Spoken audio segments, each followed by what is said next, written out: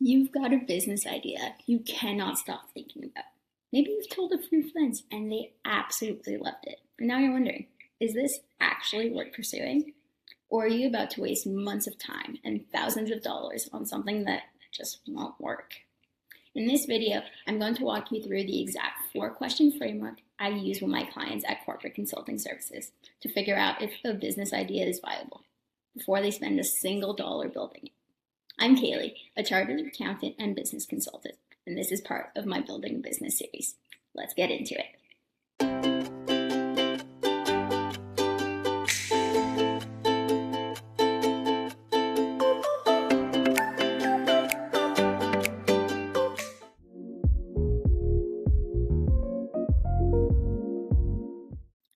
Every single viable business, from a corner coffee shop to a tech startup, exists because it solves one specific problem for one specific person. The more clearly you can define that problem, the stronger your foundation. Here are the 3 things I want you to get clear on. 1. Who has this problem? Don't tell me everyone. Be specific. New moms returning to the workforce after having their first baby? Small restaurant owners? Freelance designers? The narrower you go, the stronger your positioning. 2. How often do they have this problem? Is it a problem that comes up once a year or a problem that comes up once a week? Those 2 very, very different customer bases. Frequency matters for revenue. 3. What is currently costing them in time or money to deal with this problem? This tells you how much they'd be willing to pay to make it go away. The biggest mistake I see at this stage is that people fall in love with their idea, which I absolutely love. But you need to fall in love with your customer's problem and the solution to that problem and make that your idea.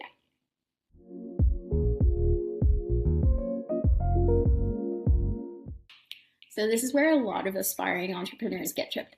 And I say this with love because I've seen it happen even with really, really smart people who have a brilliant idea.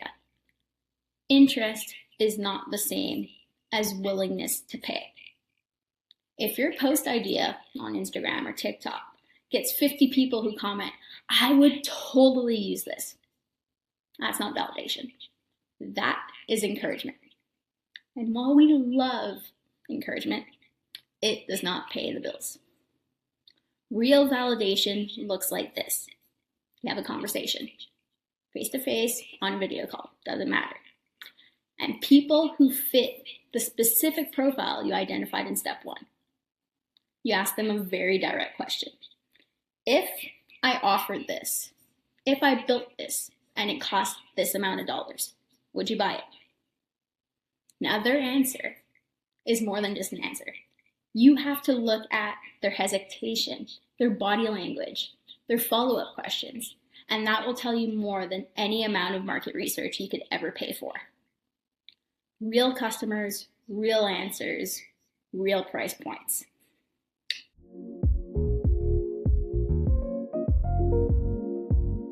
Now we get to my favorite part. And I say that as a chartered accountant who genuinely enjoys spending time in a spreadsheet. So bear with me. Most people skip this step entirely in the early stages. You have that great idea. You confirm people like it, and then you just start building. No, wrong. You need to make sure your numbers actually make sense. Because 6 months down the line, when you realize you've been selling things at a price that will never let you be profitable, it's not too late.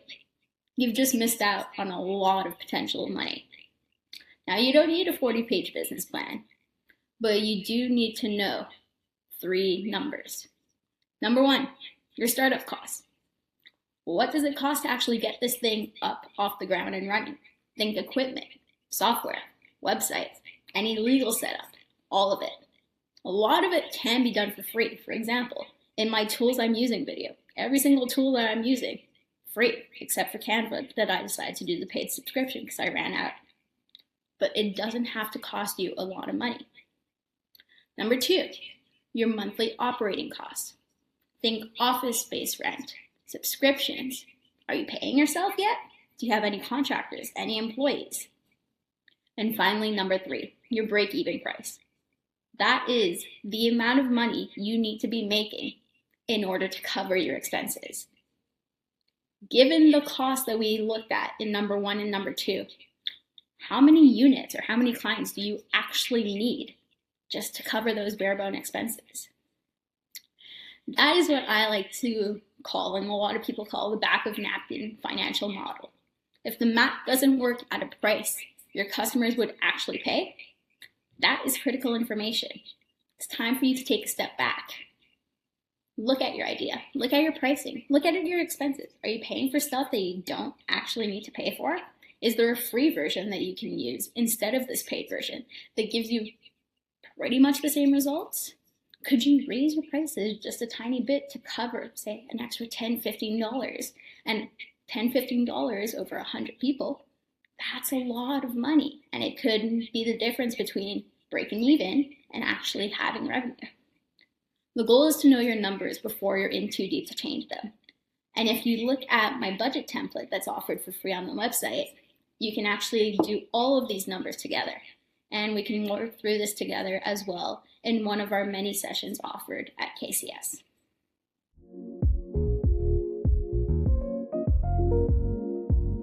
My last question that nobody truthfully wants to have to ask themselves, and that's exactly why it's on the list.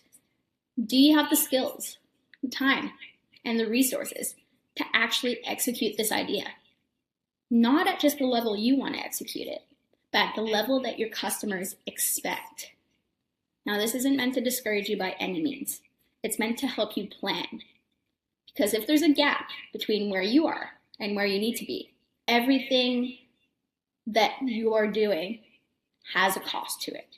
And you have to be really, really, really in tune with knowing, can you realistically deliver your product to the level that your customers expect? Now, there are some questions to think through here. What parts of this can you do well right now? What would you potentially need to outsource? And what does that cost? Is there a simpler version of this that you could launch first to test a concept before investing in the full build, like a minimum viable product, or even just, if you're doing a consulting service, a free call instead of jumping straight into paid calls? That last point is something that I come back to again and again with clients. Launch the minimum viable product first.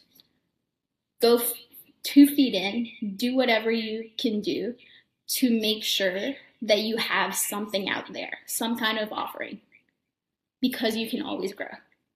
But you can't unspend money on something that didn't work. And that's really the most important thing. Go in with your idea, go in following your true love, but make sure you don't spend unnecessary money on it, especially when you're still starting up. So let's recap. Before you invest serious time or money in a business idea, run it through these 4 checkpoints. Is there a real problem being solved? And who specifically has it? Are people actually willing to pay for a solution? Do the numbers make sense at a price the market will bear? And can you realistically deliver it? If you've gone through all 4 and you're still not sure, or if one of them has surfaced a question you don't actually know how to answer, that's exactly what my free clarity call is for. 30 minutes, costs absolutely nothing to you, and you'll leave with a clear direction on your specific challenge. Link to book is in the description below. And if this was helpful in any way, shape, or form, give this video a like and please subscribe to my channel. I post new videos every Sunday in my Building a Business series. And drop a comment below and tell me which of these 4 questions is the one you're most unsure about. I'll read every single one of them and answer as many as I can.